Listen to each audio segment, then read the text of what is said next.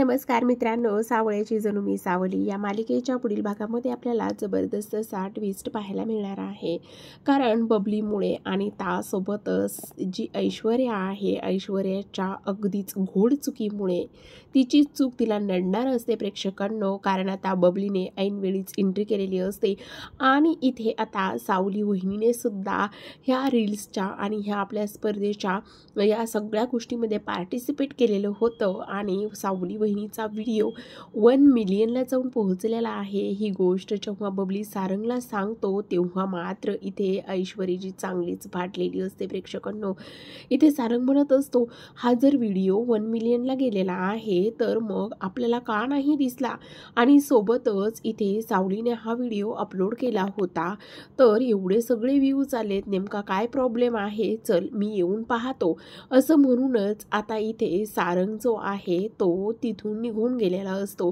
तेवढ्यातच आता ऐश्वर्याला वाटत असतं स्वतःचं पितळ उघडं पडू नये, स्वतःचं भांडं उघडं पडू नये, जे काही कारनामे केलेले आहेत ते उघडे पडू नये म्हणून ती बोलायला सुरुवात करते.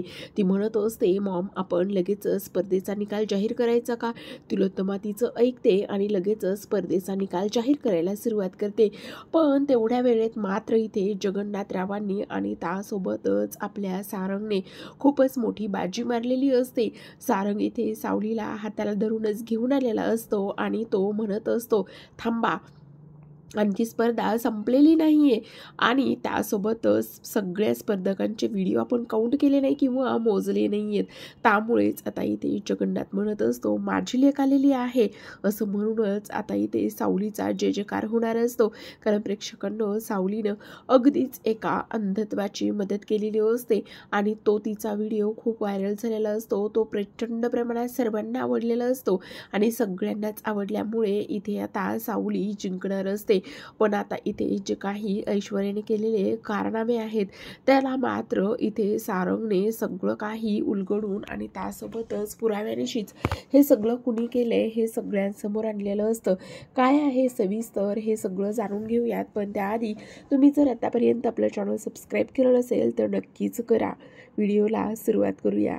तर प्रेक्षकांनो होतं काय, इथे आज सकाळी सकाळीच सारंगने चांगलीच हुक्की आलेली असते त्याला आणि त्याने मुद्दामून सावलीची खेचायचं ठरवलेलं असतं. सावलीची जी काही त्याच्या मागे रुमाल घेऊन पळण्याची धावपळ त्याला नेहमीच आवडत असते म्हणून त्याने आज सेम तसंच केलेलं असतं. तर आता सावलीने सारंगला बाय करून इकडे मात्र जेव्हा अमृता येते, अमृता म्हणत असते, काय ग सावली, मी तुझ्या एवढी मागे लागली होती की रील अपलोड कर ह्या स्पर्धेमध्ये तू सुद्धा पार्टिसिपेट कर, पण माझं ऐकलं नाही आणि गुपचूप रील अपलोड केलीस. त्यावर सावली म्हणते, नाही वहिनी, मी असं काहीच केलेलं नाहीये, हे सगळं कुणी केले मला नाही माहिती. तेव्हा अमृता म्हणत असते, काय तू केलं नाही असे, खरं सांग सावली. त्यावर सावली म्हणत असते, हो वहिनी, मी नाही हे केलं, मला नाही माहिती हे कोणी केलंय तर. आणि तेव्हाच आता इथे हे सगळं जर सारंग सरांना समजलं तर मग काय करायचं तिला कळत नसतं. हे सगळं काही आपण सारंग सरांना सांगावं असं तिच्या मनामध्ये येतं असतं. तर आता इकडे दुसऱ्या बाजूला जे काही जगन्नाथाने हे एवढे उद्योग केलेले असतात ते उद्योगमुळे आता इथे सावली चांगलीच फेमस होणार असते. आतील सौंदर्य काय आहे किंवा बाह्य सौंदर्य गरजेचं नसून अंतर सौंदर्य सुद्धा किती महत्त्वाचं आहे ते ह्या सावलीच्या व्हिडिओमधून अख्ख्या जगाला समजणार असतं. आणि म्हणूनच आता जे जगन्नाथराव आहेत त्यांनी ते भैरवी वजेला मुद्दामूनच खेचण्याची साठी कॉल केलेला असतो आणि ते म्हणत असतात, काय मग भैरवी वजे कशा आहात, मस्त ना. तेव्हा ती म्हणत असते, तू आहेस तोपर्यंत मस्तच असणार, जोपर्यंत तू या भूतलावर आहेस तोपर्यंत. तेव्हा मात्र तो म्हणत असतो, ते पाहण्याची किंवा माझ्या इथून जाण्याची तू काळजी करू नकोस, पण तुला एक गोष्ट लक्षात आली का, मी तुला ही गोष्ट सांगायला फोन केलेला आहे.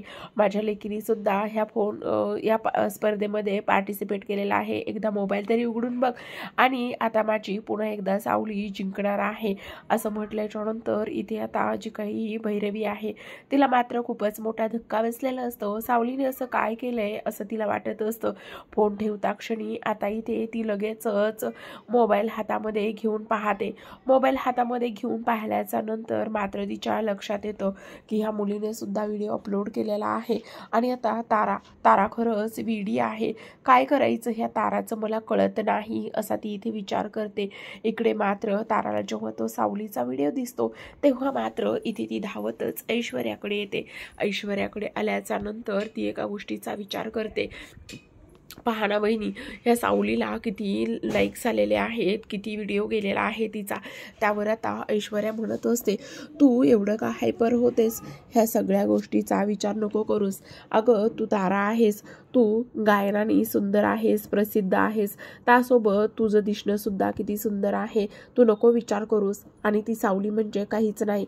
आणि शिवाय इथे जजसुद्धा कोण आहेत. त्यावर आता इथे तारा म्हणत असते, पण ती सावली अशा काही गोष्टी करते आणि ऐनवेळी जिंकून जाती. पण मी सुद्धा तारा वजे आहे, मी एवढ्यात हारच मानणार नाहीये. इकडे मात्र त्या सावली तिची कामं आटपत असते. तर तेवढ्यातच आपल्या नाटक्या जयंतीचा म्हणजेच रील स्टार जयंतीचा इथे तिला कॉल येतो. कॉल आल्याच्या नंतर इथे ती बोलत असते, अच्छा म्हणजे तू आहेस म्हणायचं आणि तुझे हात रिकामे आहेत म्हणजेच तू बिझी नाही आहेस, म्हणजे फोन उचललायस.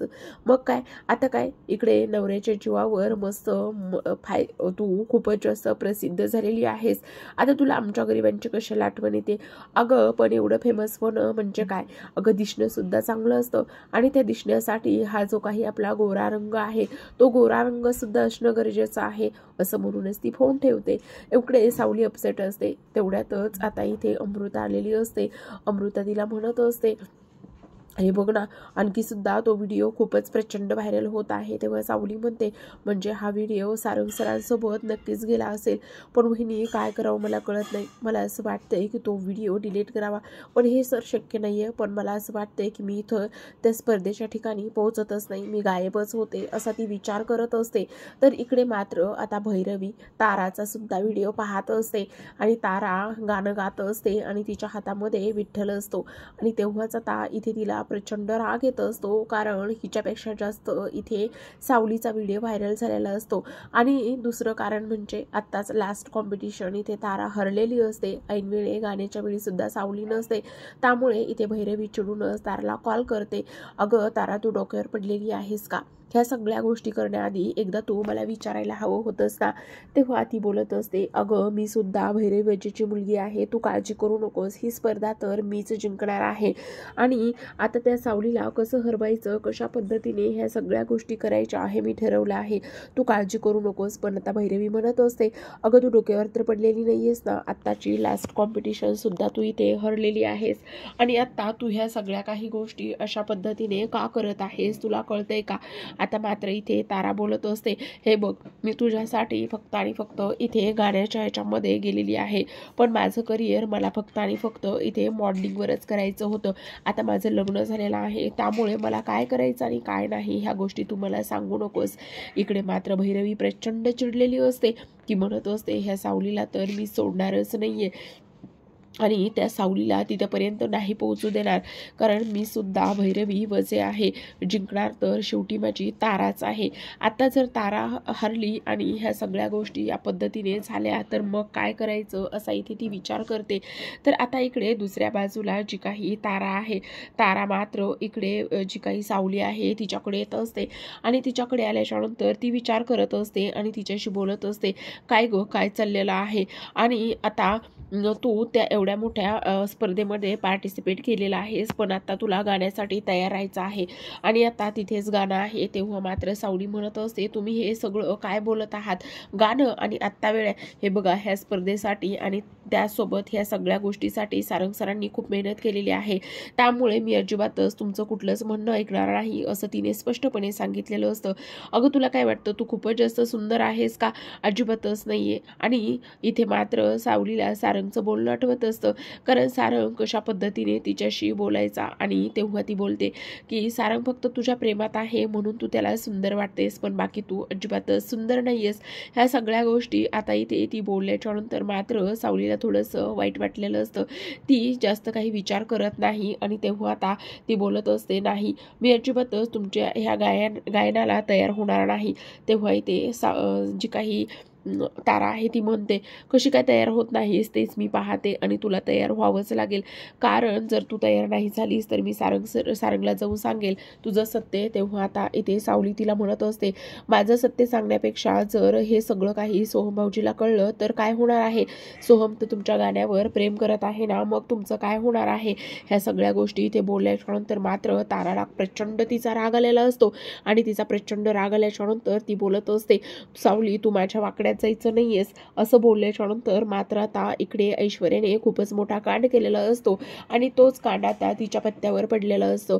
तिने रिसेप्शनवर जो काही फोन कॉल करून सावलीचा व्हिडिओ डिलीट करायला लावलेला असतो आणि तो व्हिडिओ डिलीट झाल्याच्या नंतर मात्र जेव्हा सारंगला ही गोष्ट कळते तेव्हा सारंग लगेचच रिसेप्शनवर जात असतो आणि चौकशी करतो की हे सगळं काही कसं झालंय. तेव्हा मात्र अगदीच ती रिसेप्शनिस्ट पोपटासारखीच बोलायला सुरुवात करते की हे सगळं काही मला ऐश्वर्या मॅडमने करायला सांगितलेलं होतं आणि ऐश्वर्या मॅडमनेच मला सांगितलं तो व्हिडिओ डिलीट कर म्हणून. आणि तेव्हाच आता सारंग सावलीला घेऊन येत असतो आणि स्पर्धेच्या ठिकाणी सावलीला घेऊन आल्याच्या नंतर तो म्हणत असतो, हा रिझल्ट आणि ही कॉम्पिटिशन आणखी पूर्ण झालेली नाहीये, कारण याची विनर आणि जो व्हिडिओ ज्याचा व्हायरल झालेला आहे ती व्यक्ती दुसरीच आहे असं इथे तो बोलतो. आणि ती व्यक्ती दुसरी तिसरी कोणी नसून तर सावली असते, कारण तो सावलीचा जो काही व्हिडिओ आहे तो मात्र इथे 1 मिलियनला गेलेला असतो. आणि ह्याच पद्धतीने आता इथे जो काही जगन्नाथ आहे, जगन्नाथ सुद्धा तिथे आलेला असतो आणि त्यासोबतच जगन्नाथ तिथे आल्याच्या नंतर मात्र इथे जगन्नाथाच्या थ्रू आणि त्यासोबतच आता सारंगच्या थ्रू मात्र इथे सावली ही विजयी होणार असते. अशा पद्धतीने सारंगने आता ऐश्वर्याचं भांडं आणि पितळ उघडं पाडलेलं असतं, सोबतच भैरवीचं सुद्धा. आणि तारा मात्र इथे बंद पडलेली असते, ती हारलेली असते.